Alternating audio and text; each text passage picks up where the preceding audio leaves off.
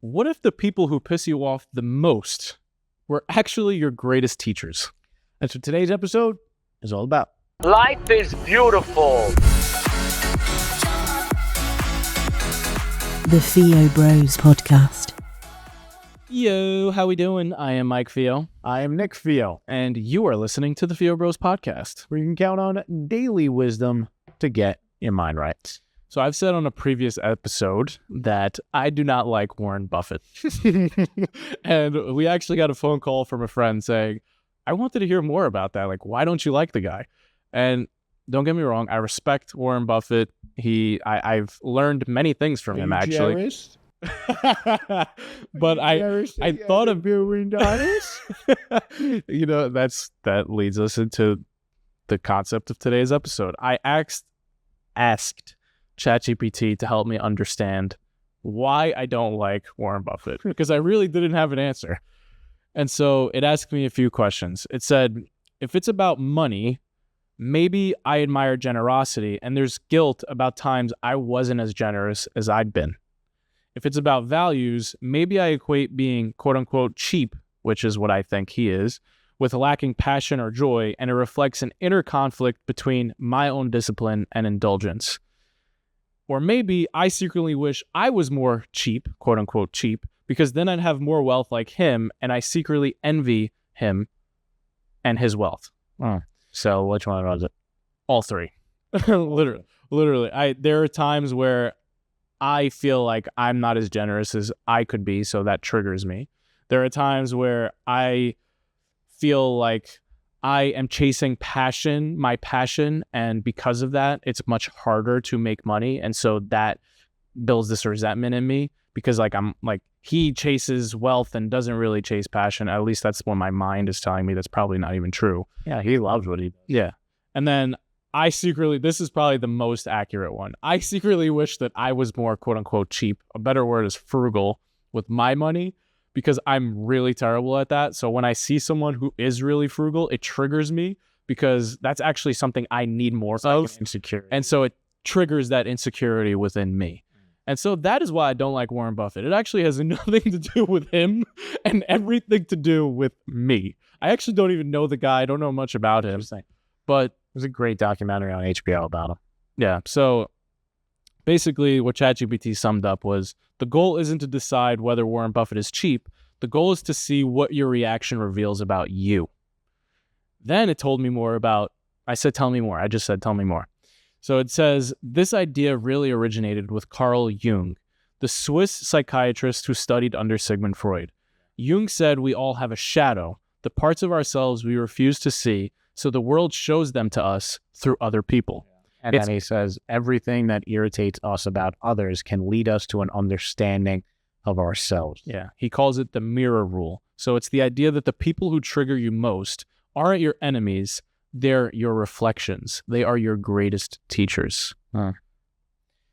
So do you think Warren Buffett is your greatest teacher here? I don't want to give him that credit. No. So in summary, what would you say you learned from this experience with Warren Buffett about yourself? I learned that I have more insecurities than I thought. I learned that I have an insecurity about money that I didn't really think was there. I thought I had done that work, but it's clear that I'm not done doing that work of changing my relationship to money and abundance and wealth, and loving it and not being scared of it and not having that scarcity mindset. That's what I learned. But I think the point of this episode today is that we all have something to learn from those people who piss us off the most. And I want to go through some examples. What do you got? So I think the one that is the most common in this political climate that we're in is the left and right. Now, we're not going to get political in this episode. That's not what we're about. But if you see someone on the other side and it triggers like instant disgust in you, that might be something to double click on for yourself, to really reflect on where is that coming from for you, because everything is a mirror.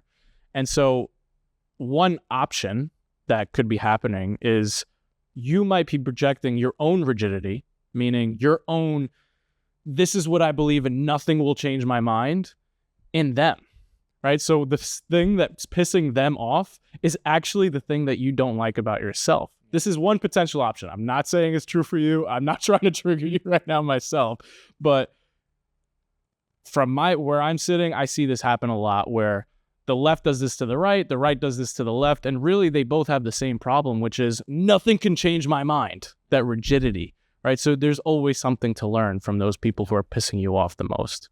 You have another example? I don't. I have really a quote that has stuck with me, which is peace isn't about fixing everyone. It's about integrating yourself. What does that mean? So basically, when we're judging other people, we're saying those people should be different and we need to fix those people in order for us to have our peace. But really, what this whole thing that you just shared is like the reason we feel that way is because we have not fully become integrated ourselves. Another way of saying that, we haven't become self-aware. We haven't shined the spotlight within ourselves to figure out all of our limiting shit that's going on inside of us. Yeah. And if we spend more time within ourselves, looking at ourselves with self-awareness than trying to judge other people, is where we'll actually find the peace. Well, I think if you spend enough time with yourself, you stop judging others altogether. Like that's because you realize everything that's going on with you is going on with everyone else. Well, no, I think you just get to that place of extreme empathy where you realize that nothing other people are doing is because of you and affects you. Like that's all them struggling with what they're struggling with. And if you can be at peace with your own struggles and your own insecurities, then nothing they do will ever bother you, and you won't concern yourself with them because you know that the only thing they can do is deal with it themselves. Yeah. So I have one more example. Yeah. A good one that comes up with me. So I see someone online that's basically flexing, not flexing their muscles, but like, you know, flexing their wealth or flexing their status, in some way bragging. And I think to myself, what a douchebag. I don't know if I could say that word. Can I say douche? I think I can say douchebag. You can say whatever you want. Okay. So I think to myself, what a douchebag. And what is really going on there? Why am I judging this person as a douchebag? Because secretly, I think that I'm a douchebag sometimes. Because I can be that guy who like wants to feel like, oh, look at me, like I'm better, I'm the best. And that comes down to my own childhood shit where like mom told me you're the best, dad told me you're the best. There was like this whole sibling rivalry. It goes really, really deep.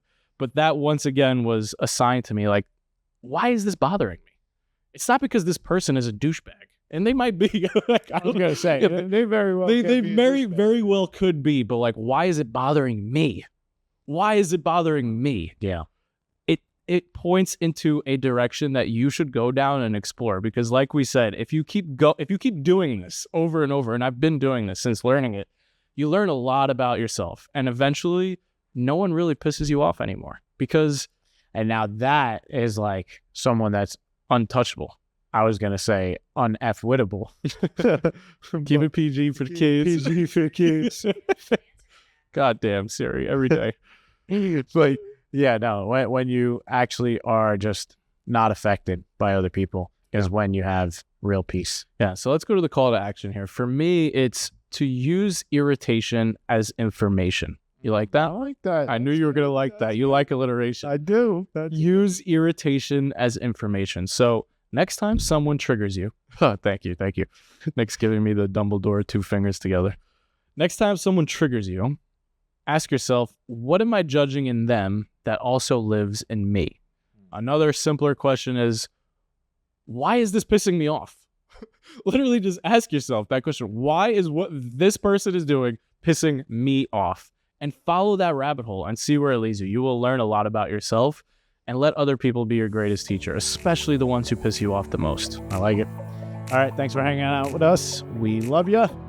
Peace. Thank you so much for listening all the way to the end. If you're new here, we share daily mindset motivation in 10 minutes or less. So if that's your vibe, hit subscribe or check out another episode right here.